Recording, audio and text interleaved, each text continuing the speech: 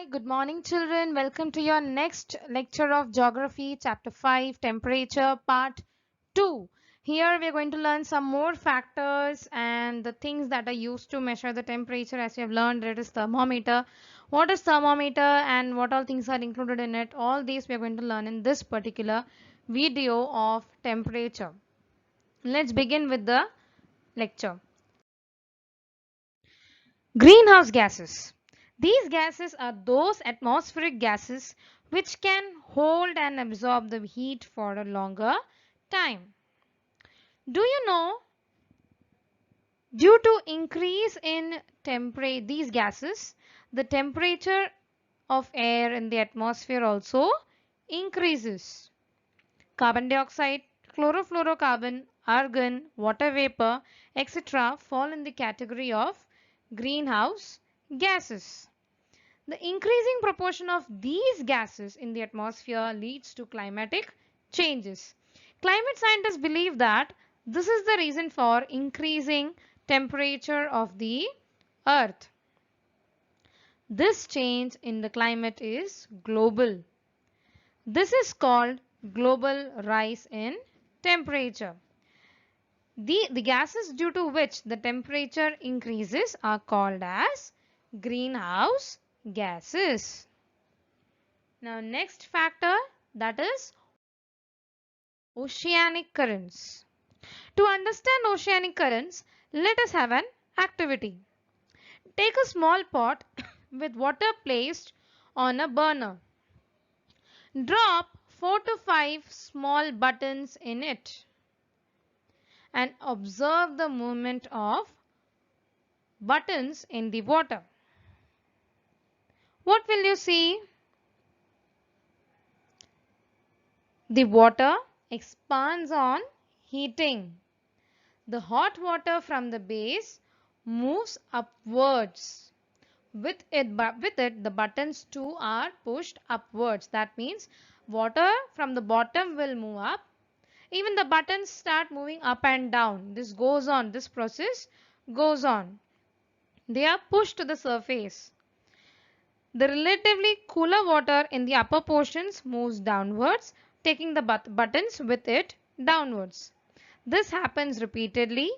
So what does it mean? It means that on heating, an upward current sets in the water and the downward currents moves upwards in the surface. But in oceans, due to the temperature differences, both vertical and horizontal ocean currents are generated.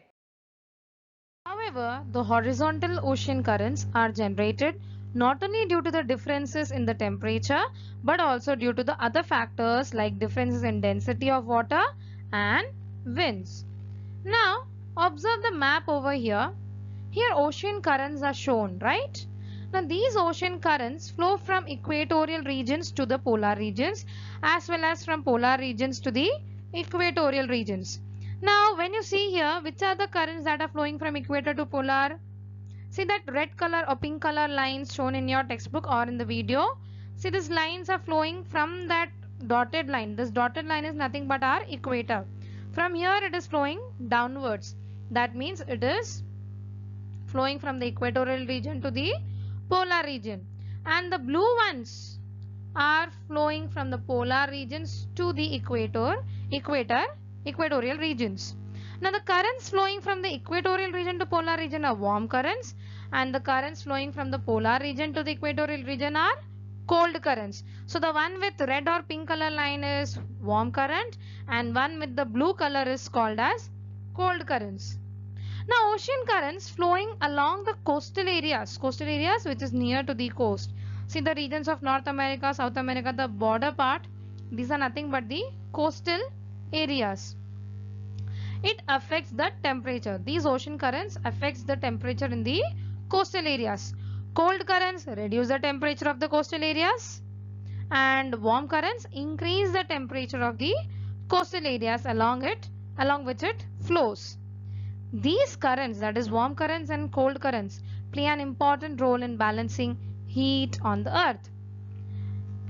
Now, let us have an activity again. We'll learn something from the map now. Observe the map. Name the coastal areas. If I say we have coastal area in the west coast of North America, east coast of North America, west coast of South America, east coast of South America. So likewise for every region we will have the coastal areas. And experience the changes in the temperature and give reason for it. For example, I am taking west coast of North America. I'll show you with a pointer. So this is the west coast of North America. Which is the current flowing over here? California current, right? Which color is it? It's in blue color. So that means it is a cold current. Now where it is flowing from? It is flowing from northern frigid zone to the equatorial region, that is towards the torrid zone. Now what will happen? It will reduce the temperature in the west coast of North America. Now let me take one more example. We'll take east coast of North America. Now what is the current flowing over here? It is Gulf Stream. What is the color? It's pink. So that means it is a warm current. So from where it is flowing? It is flowing from the equatorial region, that is from torrid zone towards northern frigid zone. Hence what will happen now? It will increase the temperature of the east coast of North America. This Gulf Stream where it is flowing, the warm current is flowing from the Gulf Stream, which is the coastal area of east coast of North America. So the temperature over this area will be high. I'll take one more in this side, that is Europe. West coast of Europe I'll take. Which is the current that is flowing? North Atlantic current is flowing near the coast of Europe, west coast of Europe. This is a warm current. So what will happen? It is flowing from the torrid zone to the northern frigid zone. Now what it happens? If it is a warm current, what will happen? It will increase the temperature at the west coast of Europe. Understood? Now, distribution of temperature. Let us learn it now.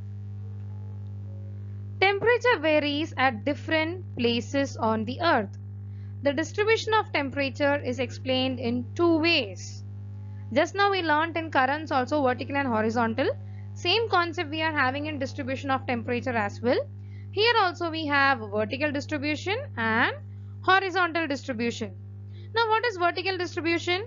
The change in the temperature that occurs due to altitude, that is which the temperature increases from the sea level to the higher level up to the mountainous peak, where it is high in the sea and it is low in the top of mountains. The horizontal distribution, what is it? The change in the temperature that takes place from the equator to the poles, that is towards North Pole and towards the South Pole. This distribution is shown in the map with the help of isotopes. Okay, to understand it better, we will learn over here. Geographical museum or geographical information. There are many ways for showing the distribution of temperature on the map. With the help of isolines, distribution of different factors like heights, that is contours. Over here you can see it. Not only that, temperature, that is isotherms, pressure, that is isobars, rainfall, which is measured with isobites, or can be shown at regional or global level. Isolines are drawn by joining all the places with some values on the map. Now let us learn it, how it is shown. Here you have a map and some values are given over it. Can you see 25, 20, 15, 10, 5, 0, minus 5, minus 10, minus 15 in the northern and southern hemisphere? So these are nothing but the measurements which are written for joining the places in the northern and southern hemisphere of the earth. Now these lines are called as isolines. You can see the lines, it's somewhat in the oval shape, which is joining both the northern and southern hemisphere with the same value. See the number 25 over the southern hemisphere and northern hemisphere. It's the same isoline which is joining in both the hemispheres. Now, let me explain it in deep. Consider the temperature of various places on the earth and the maps of global distributions that is prepared. When you see this, isotherms are the lines that connect places with the same temperature after avoiding the effect of height. These lines generally appear parallel. See, it's almost in the similar direction to the latitudes on the world map. This line occupies areas close to the equator. See, it starts from this 25 is starting from somewhere near to the equator. When it is passing to the southern hemisphere, again it is touching the equatorial latitude and it is passing again towards the northern hemisphere. So this entire line that is passing from the equatorial region and moving towards the northern and southern hemisphere with a value of 25 is the iso line shown in the torrid zone. Understood?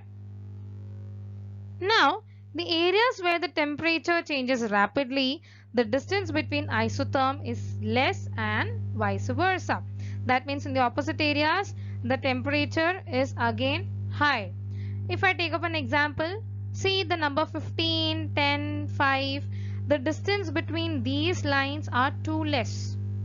So, the temperature differences are also almost less.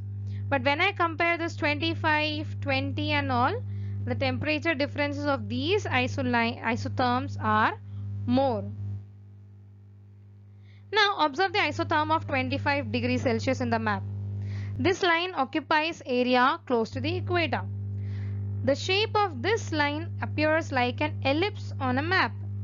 The north and south spread of this ellipse is greater on the continents as compared to the oceans.